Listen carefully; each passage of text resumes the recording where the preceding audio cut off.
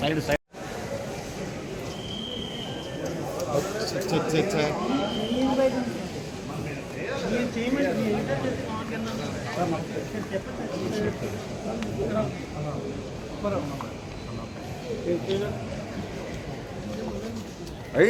Side side ఇటు side కోసం ఏం మాల్లో లేవు మామూలు ఇప్పుడు ఏదో మాల్లో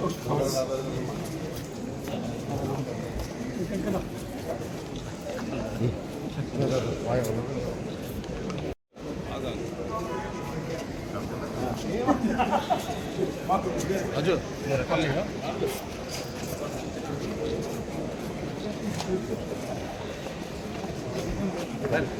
గెలుపు ఓటములు అనేవి సహజమే. కానీ మన రాష్ట్రంలో ఈ ఎలక్షన్స్ తర్వాత, మరీ ముఖ్యంగా కౌంటింగ్ తర్వాత రాష్ట్ర వ్యాప్తంగా వైఎస్ఆర్ కాంగ్రెస్ పార్టీ నాయకులపై, కార్యకర్తలపై, వైఎస్ఆర్ కాంగ్రెస్ పార్టీ నాయకుల ఆస్తులపై, ప్రభుత్వ ఆస్తులపై జరుగుతున్న దాడులు చూస్తే చాలా ఘోరంగా ఉంది పరిస్థితి. దానిపై చర్యలు తీసుకోవాలని గవర్నర్ గారికి చెప్పాం.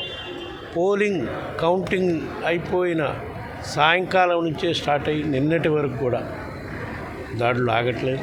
గవర్నర్ గారి దృష్టికి తీసుకెళ్ళి అయినా దాడులు ఆగలేదు. అందుకని ఢిల్లీ వెళ్ళి రాష్ట్రపతి దృష్టికి, ప్రధానమంత్రి దృష్టికి, హోంమంత్రి దృష్టికి కూడా ఫిర్యాదులు అందించడం జరిగింది. నేషనల్ హ్యూమన్ రైట్స్ కమిషన్ కూడా ఫిర్యాదులు అందించడం జరిగింది. సాక్ష్యాలతో సహా ఏ విధంగా ఎక్కడెక్కడ దాడులు జరుగుతున్నాయని కూడా అన్నీ కూడా సమర్పించడం జరుగుతుంది.